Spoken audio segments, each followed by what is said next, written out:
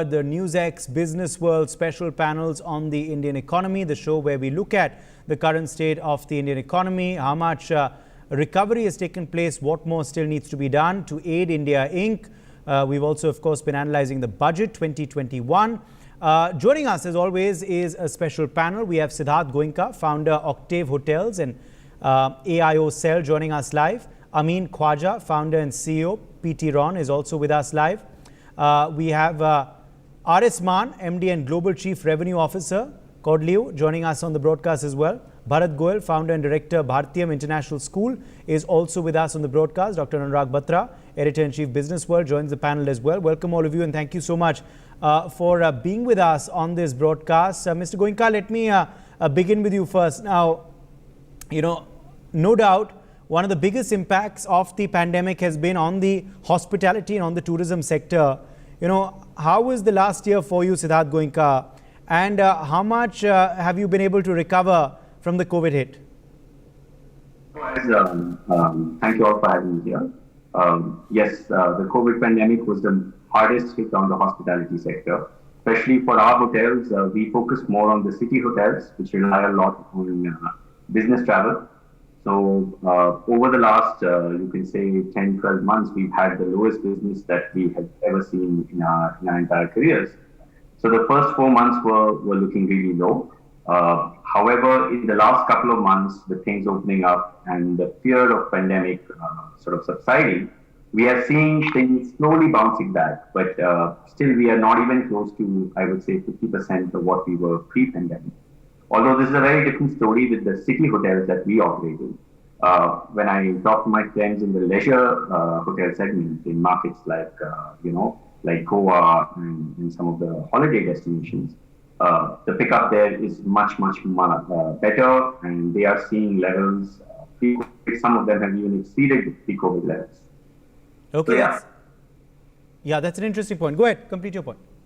No, so one of the things that has changed fundamentally is that business travel has altered itself almost permanently. So the fact that we are having this meeting on Zoom, this is kind of the norm that has taken over.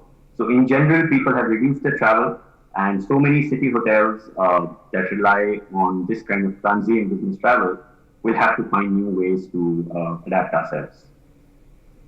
Okay. That's an interesting point that you're giving. So city hotels are finding it a bit harder to recover than, say, leisure hotels or standalone luxury hotels, perhaps. Are you also a bit disappointed, Siddharth, that despite this big hit that has been made to your sector, the government perhaps has not been too forthcoming with help, direct help?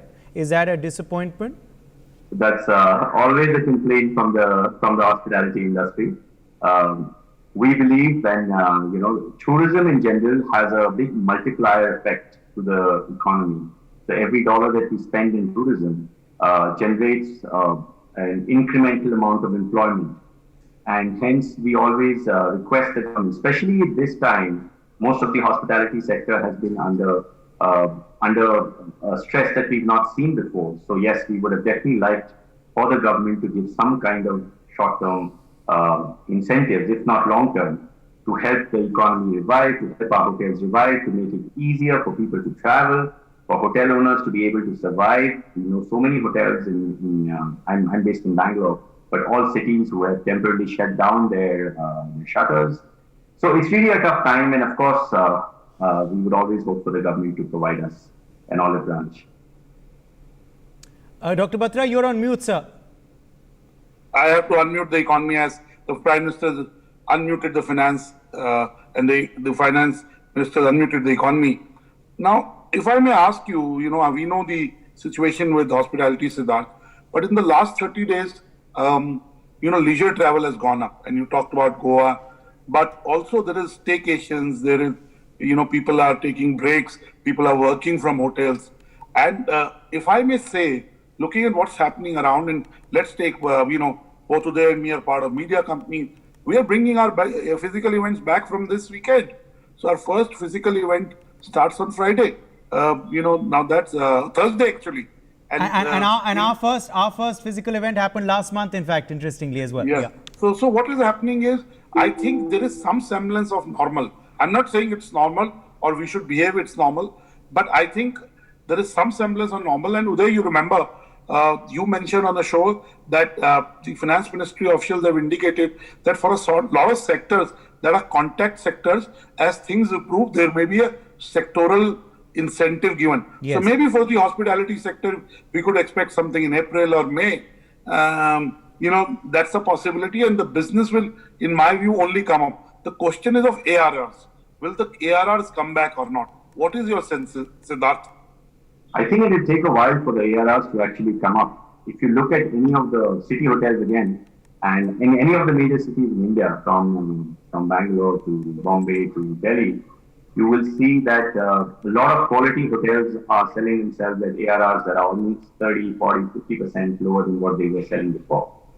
So I think that, yes, the fear, the stigma of COVID is still around, which is why the ARRs have taken a big hit. And I personally operate in a sector that is even lower than the branded segment. So we are a semi-branded segment of hotels.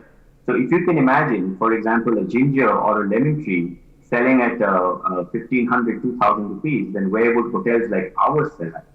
So the point that you made about ARR is very real. It is definitely one of the biggest challenges that we are facing. But like we say, every calamity finds an opportunity. So one of the things that I also own a technology company, which is an automation, revenue management, and a hotel operations company. So one of the things we tell all our hotel partners and ourselves is that the way out of this is to improve and increase the element of automation, digitization, and technology and efficiency in our hotels. And that's the only way, till the times we expect the ARRs to come up to pre-COVID levels. This is probably a way to not only survive, but also pave its way for more efficiency in the future and hopefully more profitability in future. I mean, let me ask you at this point, how do you see the budget overall, and what is the impact on your sector and your company? So overall, I mean,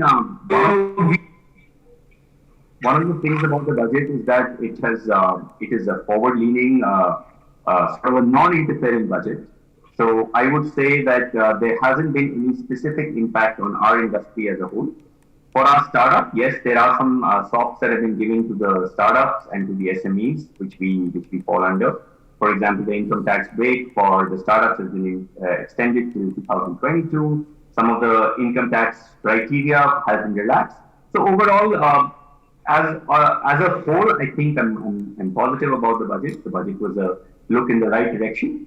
However, we in the tourism and hospitality industry would have wanted something, a little bit of X factor to help us survive.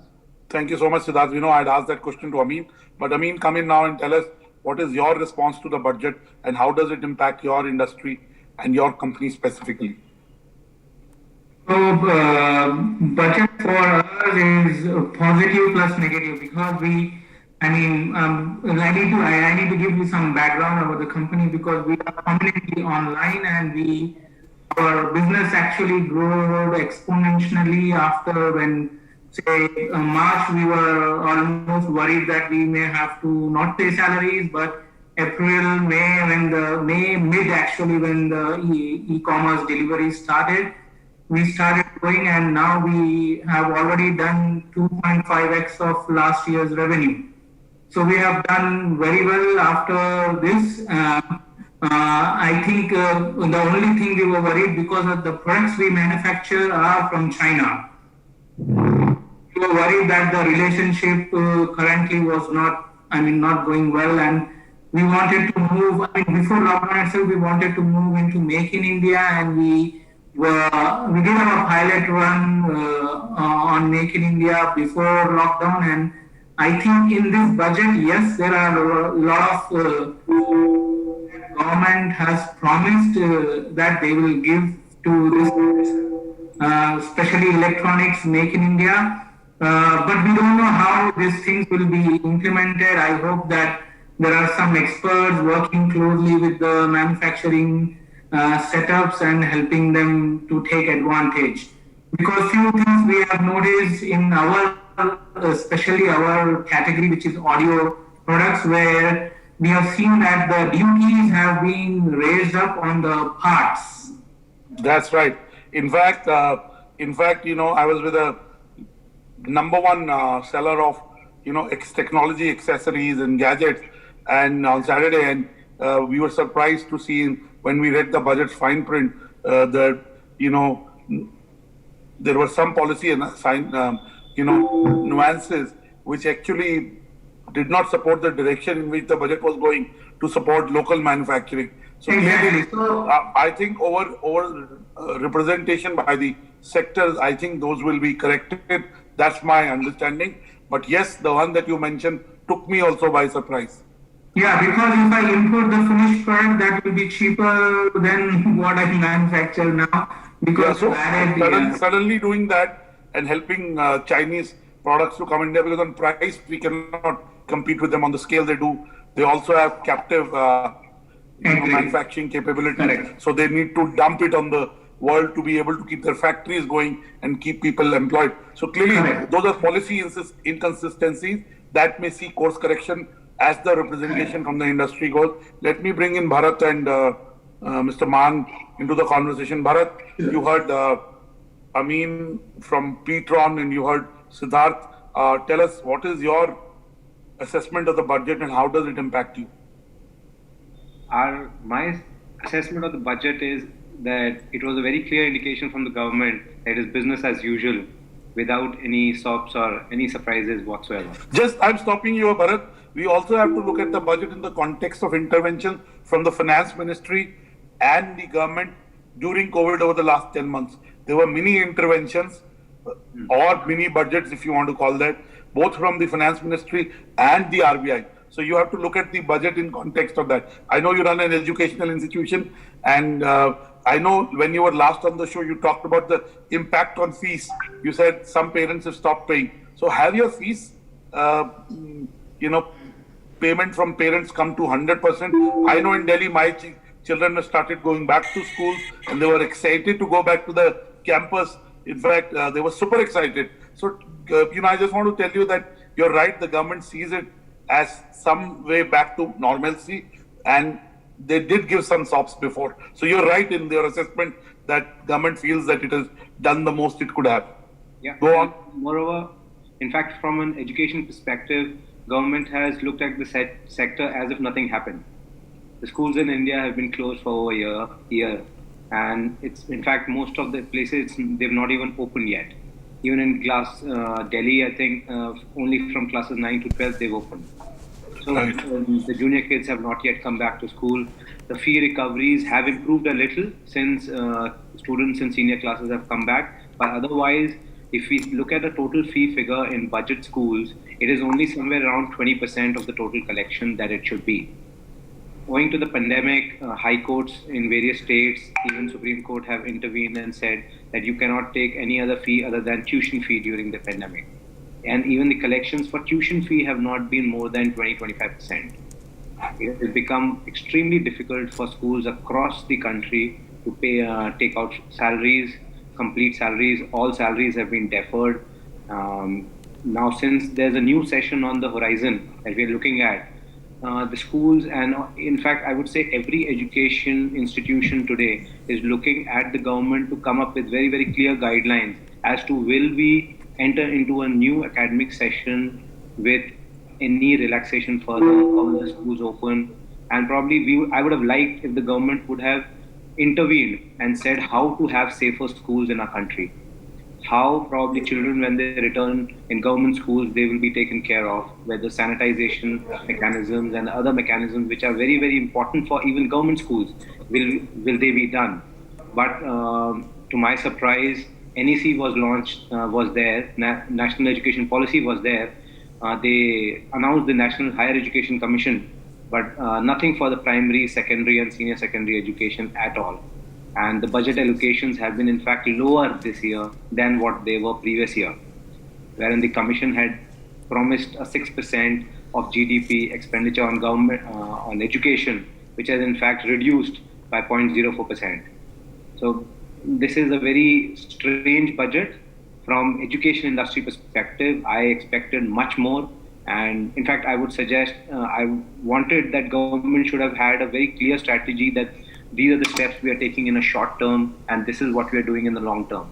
But it's been business as usual. When I said it meant that everything what they've been doing for the past 5-6 years, it's continued as is. It's been more long term in their approach.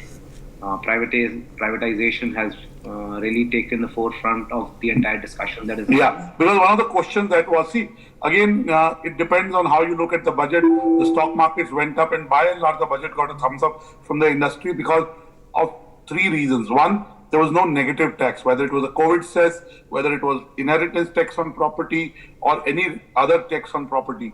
And third is, very importantly, there was this big question of how will government keep its commitment, as there's a very less fiscal leeway.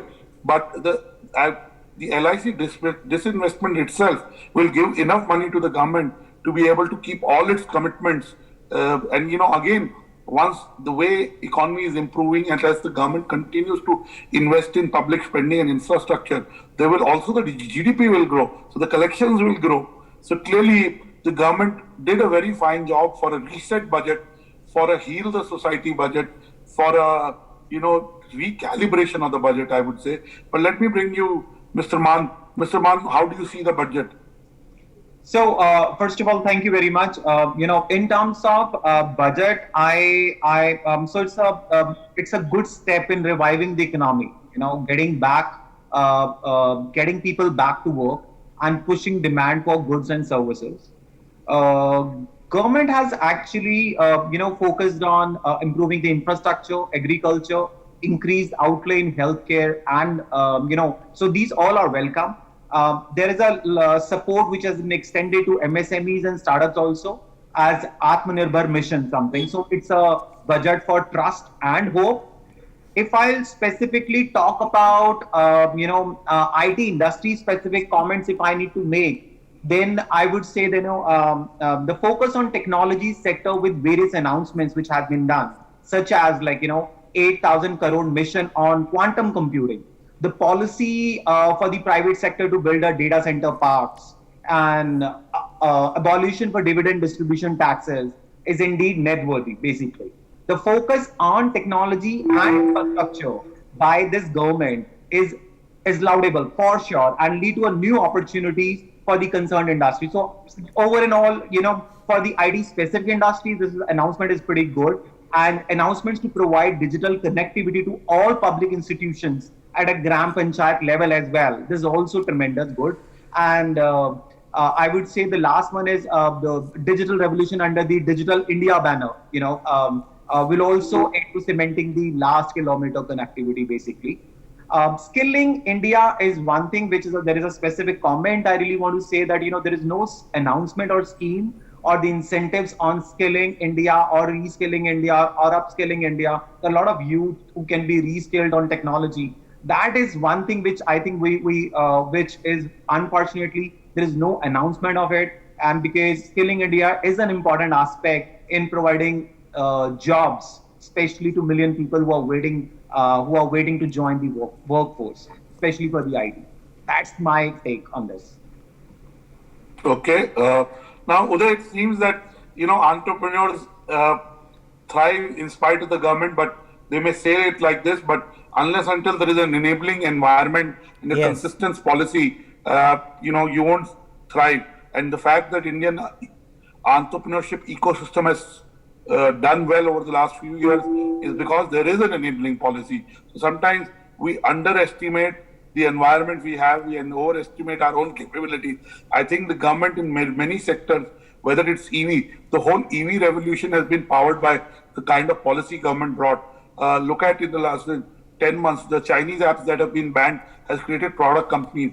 And dare I say, look at a sector like, we started making PPE kits. It is an 8,000 crore industry. It didn't exist before COVID. It happened because all the stakeholders in the government, including the textile ministry, came together with private players to do it. So I would like to say sometimes we don't give, while we should expect from the government, we do, but we should also give credit to the government for doing what it does, because sometimes a lot of things that the government does are invisible because they are not being hammered on a daily basis as incentives or policy tweaks. We don't see them. So Uday, I would say to all the entrepreneurs that clearly the government has a tight balancing act and they've been able to achieve that balance in this budget. It has been a fairly positive budget, forward-looking budget, and has done substantial things to be able to calibrate, progress in the future. I would like to ask the last question before we take a break is, if you have to, from the budget, take one thing which you thought was a game changer, what would that be? Quick response from each one of you. Let me start with you, Mr. Maan. One thing stands out in the budget. Improving infrastructure, I would say, because it's been long that our infrastructure was on a lull phase. There's been like 9-10 months, more than that. In fact, there is no infrastructure in the country itself, and now the government is actually investing in infrastructure that will definitely outlay a lot of jobs, and where a lot of jobs will get emerged out of it. So for me, I think infrastructure investment is one big thing which we'll be doing. Good. What about you, Siddharth? I think the non-interference or the reduction of the government's role in doing income tax assessments and some of the faceless policies that they've come up, which will help SMEs like us who are always of the fear of having being pulled up for assessment. So I think for me that was a standout thing, especially from an SME point of view. Okay, and Amin, what is your? I think the policy that they made to include more businesses into SME, where say they have moved the revenue of 20 crore to a small business, is a big one, because I think that will help many businesses. I mean, small, medium size to get under SMA policies. I think what I believe is India needs lot more million-dollar companies compared to billion-dollar companies, because India will leave, and India will thrive only on small businesses. Okay, India will thrive because of small businesses. Clearly, you're right. They are driver, and they have a large mass. They provide employment. They have people on their roles, and clearly the numbers add up in terms of impact on the society. Bharat, what is your number one game changer item in the budget? I would mention it from an education industry perspective. The finance minister announced that they'll be making 150 new Sainik schools, and that too with public-private partnership. So it'll be interesting to see how private individuals who have profit as a motive, when they enter into partnership with government in the not-for-profit sector, how does that sustain? Is a real game changer that might come, and it might be the dawn of a new era. Okay, back to you there. Again, they have taken one game changer that impacts their own life more, their own line of business. So clearly, they are reading the fine print. They are looking at the budget. And, budget till 10, 12 years back used to be an exercise where, where large industrial houses would get, excited and look at what is the way forward. But in the last 6 to 8 years, I've seen that entrepreneurs or first generation entrepreneurs equally look forward to the budget to be able to see the direction that it is taking the economy in. So clearly, it involves them in the value creation that the government is trying to do. Bharat Goel, let me begin with you first. Now, interestingly, education, as you were saying, Bharat, was, hit quite hard by the pandemic. You've been disappointed since the government obviously has not offered you too much help. But if we talk about, trends that you have seen in education, one big trend was, of course, the digitalization of education, with classes going digital, learning going digital. So do you believe this is here to stay, or once physical learning resumes, digital learning is going to go out of the window? Bharat Goel. Yeah. See, one thing I think our understanding and learning from the entire pandemic phase has been that only digital education will not work. And it's not able to connect the students on the level that we would have expected it to. And only physical is also not something that today parent is very interested in taking. So it will be a hybrid model wherein physical and digital will have to come together. It has to be a blended approach. Some sessions would have to go online, but the physical connect is very, very important, because if there's no physical connect, the child's engagement levels are very low. The interest, the motivation levels have dropped down extremely. So only digital or only physical is not going to work. It has to be a blended hybrid model. Okay, so it's going to be a blended, sort of learning mechanism is what you're saying. Aamin, quickly going back across to you at this point, sales have been happening through the e-commerce route, in this past year. Is that again something that's here to stay? Do you believe we have, digital shopping, this online shopping is here to stay? How is that going to affect physical stores? Decisions like players like you are going to take in the weeks and months ahead? So when the lockdowns, when the logistic companies started delivering in, say, whatever green zones, and then whole India from mid they started selling. July and August was huge demand, like the travel industry is seeing in whatever Goa. It was like 2x of what I did in a normal month, 4x of what we did in a normal month last year. But that gradually came down, and still the numbers are higher. I don't think that it will go back to the normal number, but I think it will still stay to 1.5 to 2x of what we did last year. I don't think it will be, the new buyers that online has acquired, they will still come back and do shopping, and there's a huge number of new buyers that we have acquired recently. Okay, taking that back across to Siddhant Goenka. Siddhant, in terms of your recovery for the hospitality sector, are you seeing a 3-month period, 6-month period? What's the realistic timeline that you're looking at? As you said, city hotels is something that is still affected. They aren't seeing as much occupancy as perhaps they would earlier. Restaurants, interestingly, are getting full in hotels, so obviously that's contributing to revenue. But in terms of realistic recovery, 3 months, 6 months, or does it all depend on travel, on the opening up of international flights? So India in general does not get a big portion of its tourism from international tourists, right? Except for a few particular destinations. So as we said, if we have to divide the market sort of into two sub-segments of both business travel and leisure travel. As we mentioned, leisure travel is probably almost 70-80%, if not more, at least to certain destinations back to pre-COVID levels. For business travel, I think we are probably looking at a 3 to 6 month time period for us to come back to pre-COVID levels. Again, things could change much quicker than that. So for a lot of these cities like Bangalore, where I'm based out of, so much travel is based out of corporate travel.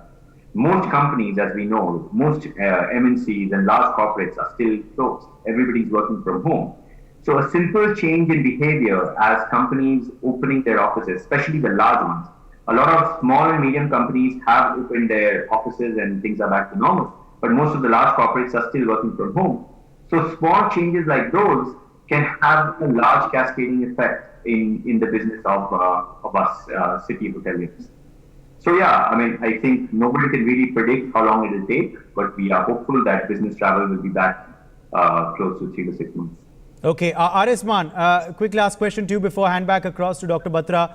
Mr. Maan, work from home. This is a concept, that became a buzzword last year and still continues. Do you believe it's here to stay? What's going to be the future of workplaces, in your opinion? So, okay, so I'll take it in two ways. So, if we divide the whole industry into MSMEs and enterprise segment, so most of the enterprise segments, especially the big giants, tier 1 companies, have decided to work from home till 2022. And some of the companies like Salesforce of the world has, decided till end of this year itself.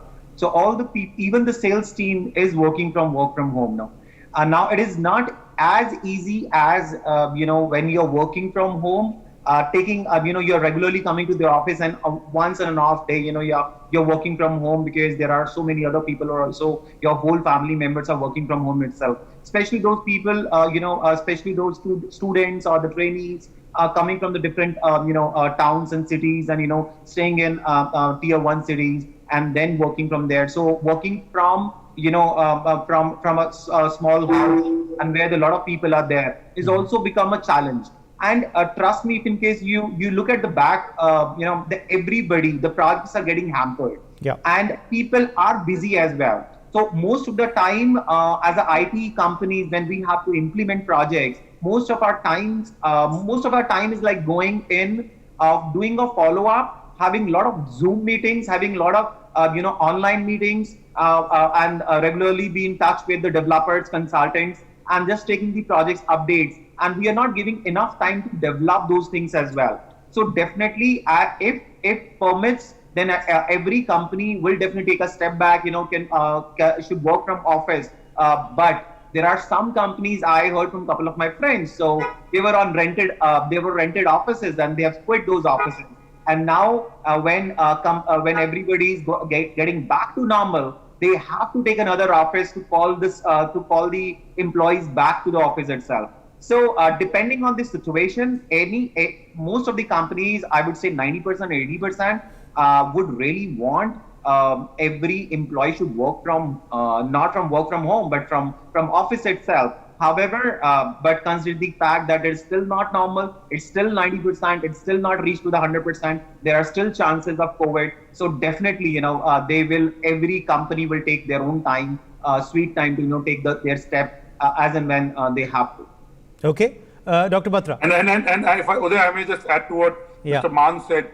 Trust me, we said this, and I know I said it in the first month in June, that the more the virtual grows, the more the digital grows, the value of physical human touch will become more.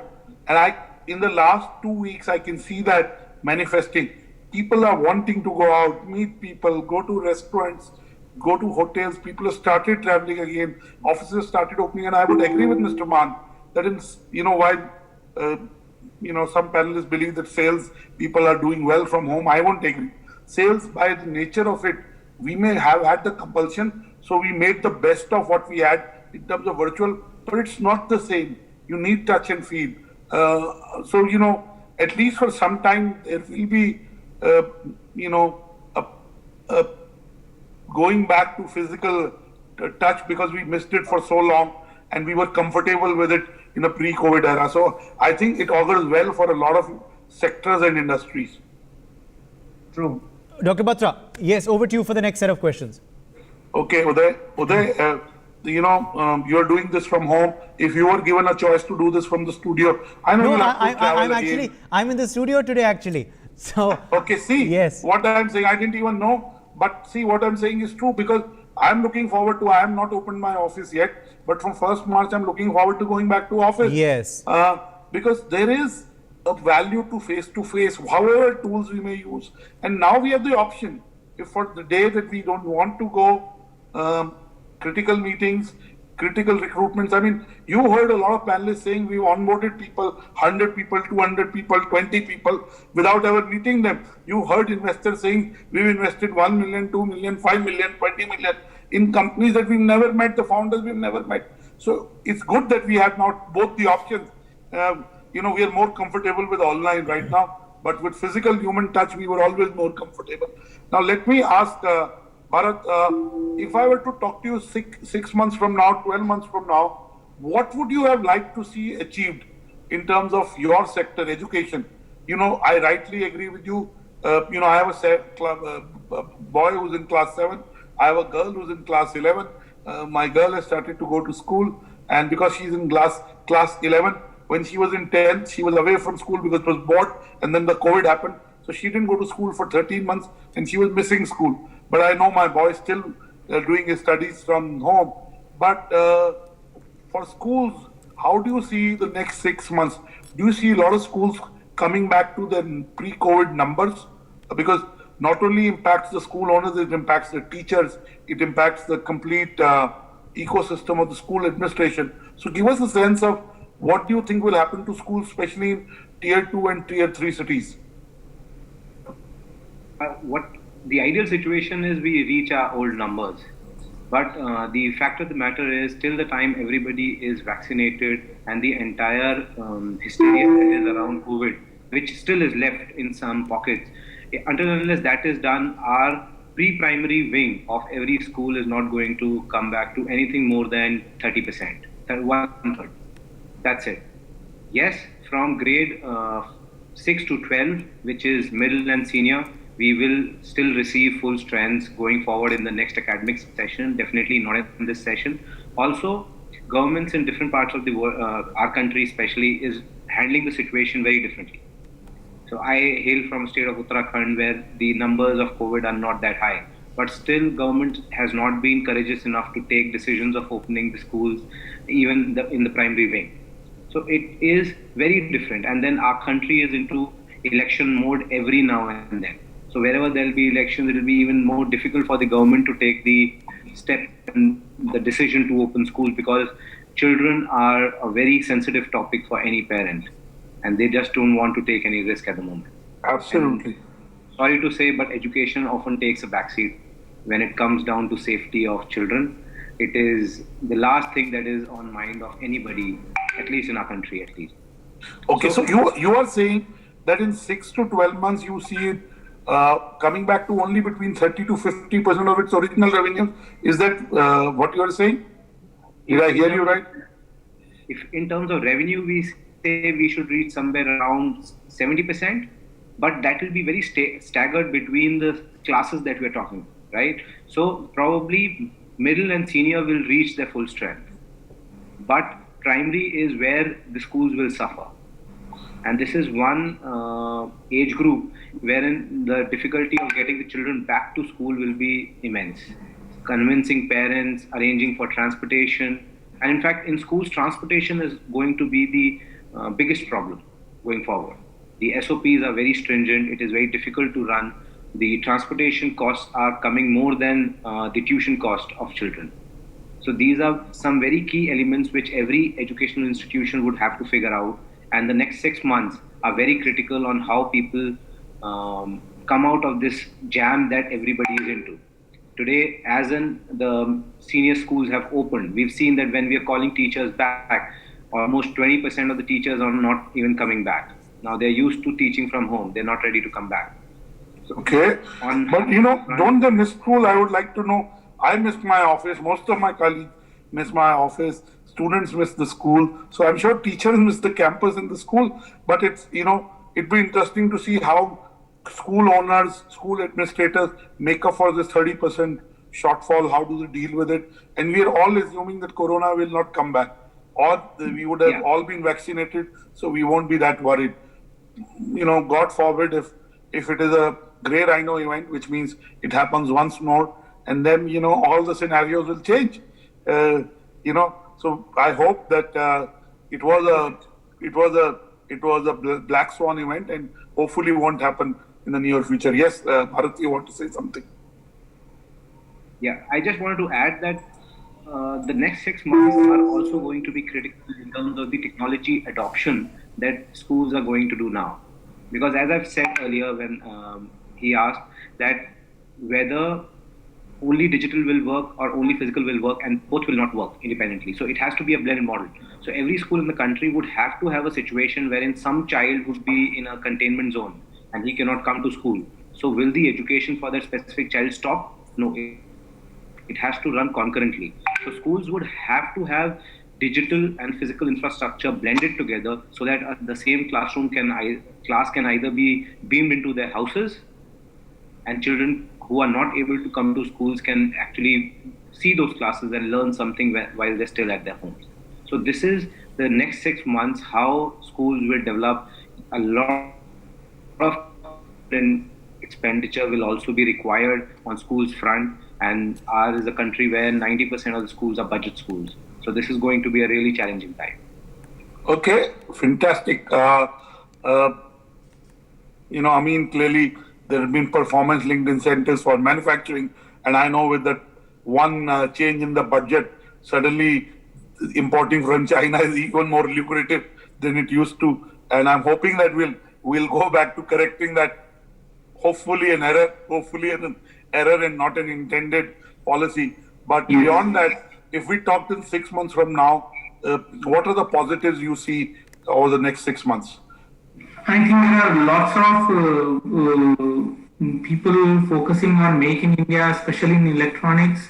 So after the current budget, we know that government even wants to go into manufacturing the components, because till now what was happening is most of us, I mean, in mobile they are already doing some parts, but overall it is assembling India, not Make in India, right? So I think with this step, I think government is clear that they also want to go into manufacturing parts, and there are already companies who are looking into investing in India and manufacturing components, electronic components in India, which we have not seen in past. Okay, Siddharth, again, hospitality sector, the mid-budget segment, ARRs, are under pressure. You talked about how branded mid-budget hotels are facing a ARR issue. Tell me, in 6 months, what are the positives you see? I mean, sometimes we focus too much on negatives. Let's focus on the positives, because whatever you focus on helps you grow. So one of the biggest changes that will happen in the hospitality industry, it's already happening, that hospitality industry is going to now change from being asset heavy industry, asset industry, to being an expertise driven industry. Now, just because you own an asset does not mean that you can be successful. You need to know how to utilize that asset, monetize it, and use it to the best of your advantage, which is where not just owning a hotel is important, but knowing how to operate, sell, market, and sort of put the entire business together. So that's where one of the major trends that has been appearing in the hospitality industry is that asset owners are now moving, especially in the small and mid segment.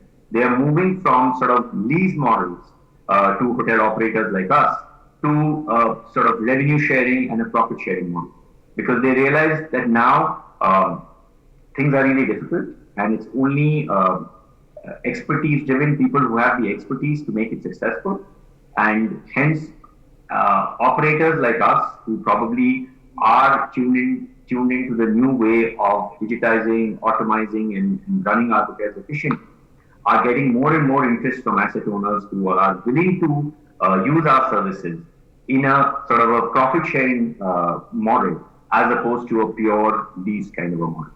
So okay, and clearly the F&B revenues also play a role. Of course, in branded hotels they play a larger role in the overall revenue, but clearly in your case also, hopefully the F&B revenue will also contribute. Mr. Maan, what is your prognosis of the positives in your sector over the next 6 months? So, with most of the sectors, the economy opening up across the country, COVID is declining, and a vaccination drive started already. The Indian economy is already showing the green shoots, which will be getting rooted and start its upward movement, will be taking the upward movement actually, especially the infrastructure side itself. When it comes to, if I'd say Codleo Consulting being the IT consultant, so IT sector especially is only will be able to do well when other business will be doing well, because education sector, if schools will be doing well, they know it's a need of the hour. They can do digital makeovers if they have budget in place. So all other industries has to do well in their respective fields, in their respective areas, and only then there will be necessary cash for the digital makeovers or CRM onboarding or automation or business intelligence tools. So all the digitalization will only be possible when after some time, so when we started our business during the COVID time, it's a mixed. It's not that we were doing 2x or 5x of the growth like any retail company were doing online, but however the IT was doing decent enough.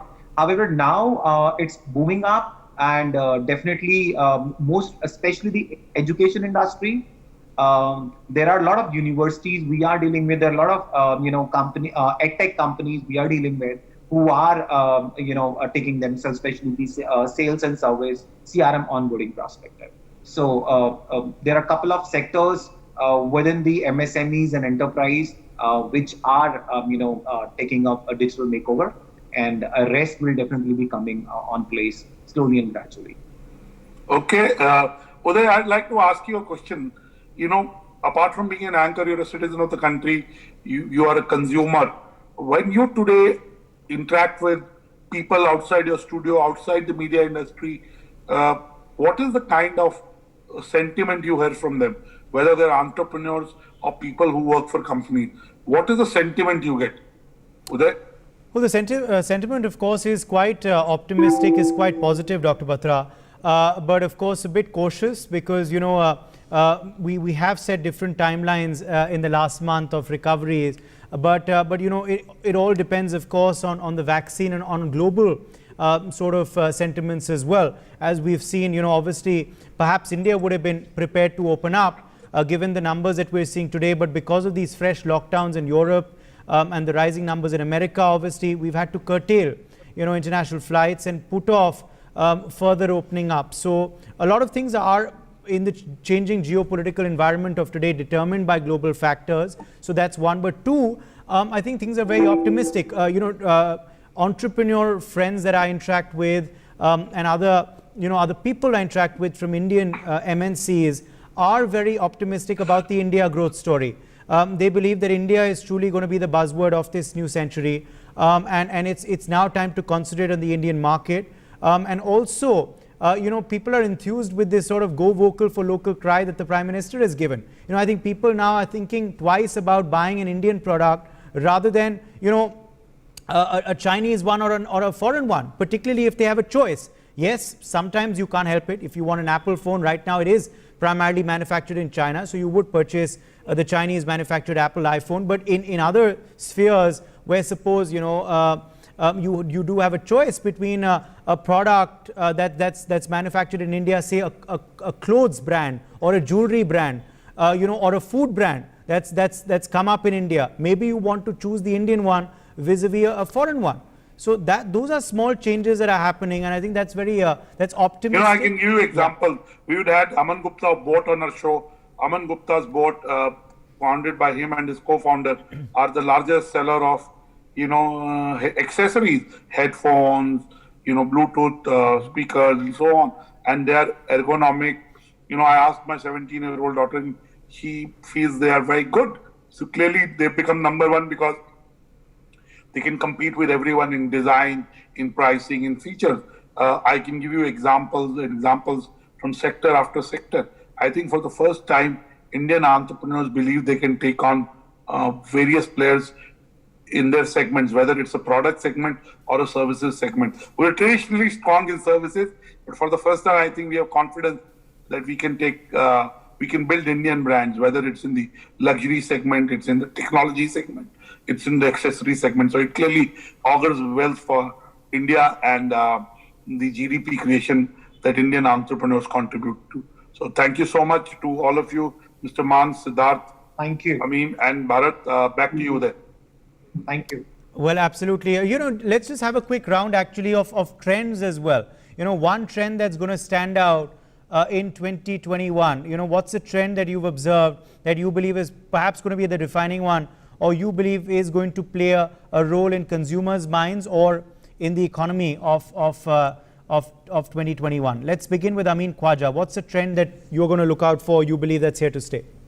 In the digital payments that we have seen exponential growth, and it will keep growing after the lockdown. I think people have learned how to use QR codes now. I mean, we used to compare with China or any other Asian countries, we were very slow in this, but that is growing fast, and I think that's the one thing I really believe that this. Okay, Bharat. The blend, the fusion of digital and physical and in every industry sphere, be it education, retail, everywhere, the fusion between digital and physical is the trend that is going to be followed. Mr. Maan? I would say Make in India, Skill in India, Atmanirbhar Bharat, innovation, need of the hour. When there was a need of the hour, we did everything within India. nothing was getting imported or exported, and within the India we survived. So survival of the fittest, so that's the trend. We will see that we can survive. Okay. And definitely we will be becoming a services company. All those services, all the products, all the brands which we are importing from outside can be done in India itself. And last word, Siddharth Goenka. So technology, automation, artificial intelligence, and all of that probably powers cost optimization. So the whole centralized theme being do more with less by using technology and automation. Okay, thank you all very much for joining us for today's edition of the NewsX Business World special panels on the Indian economy, and thanks to Dr. Batra as well for being with us as always. For more such videos, subscribe to the NewsX YouTube channel, hit the bell icon.